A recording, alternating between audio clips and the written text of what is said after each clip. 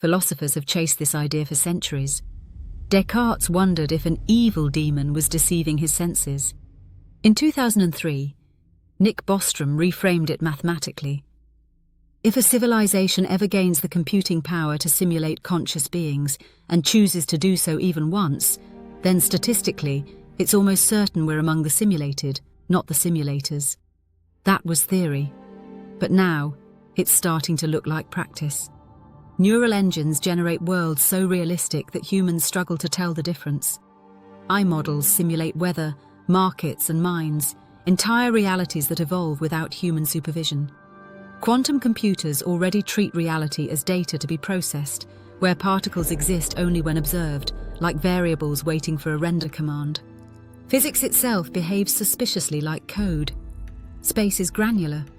Time updates frame by frame. The Planck length and constant behave like resolution limits. Even quantum randomness looks like a random number generator buried deep in the system. The more we zoom in, the less we find things, and the more we find rules that behave like algorithms. Maybe that's coincidence, or maybe it's compression. A simulation doesn't model everything in full detail, only what's needed to appear consistent. And if you've noticed how strangely reality optimizes, patterns repeating across galaxies and neurons, that might be the signature of efficiency, not chance. Meanwhile, artificial intelligence is building its own simulations.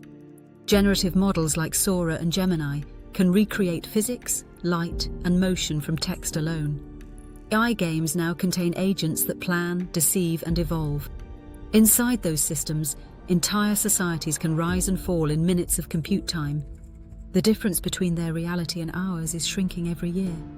So what happens when AI can simulate you? Not just your likeness, but your mind, your memories, your decisions. At that point, even if this world is real, we will have created others that believe they are too. The line between simulation and consciousness disappears, not because we solve it, but because it no longer matters. The unsettling truth is that reality might be recursive. We could be simulations creating simulations, each one mistaking its creators for gods and its code for truth. And when you look around, at AI agents training each other, at physics equations resembling computational limits, at the sheer plausibility of infinite nested worlds, the question becomes less, are we in a simulation? And more, who's next? Reality could be the longest-running program in existence.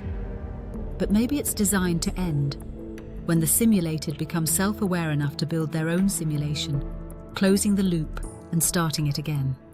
This is Future Forged, exploring the frontier where existence, intelligence, and illusion collide. If the world you see is only one version of what's real, maybe the next upgrade is already downloading. Subscribe to Future Forged for more deep tech documentaries on AI, consciousness, and the coming synthetic age. Join the Patreon to unlock early scripts, behind-the-scenes notes, and exclusive designs. And check out the Future Forged store, where every piece of merch funds the next idea.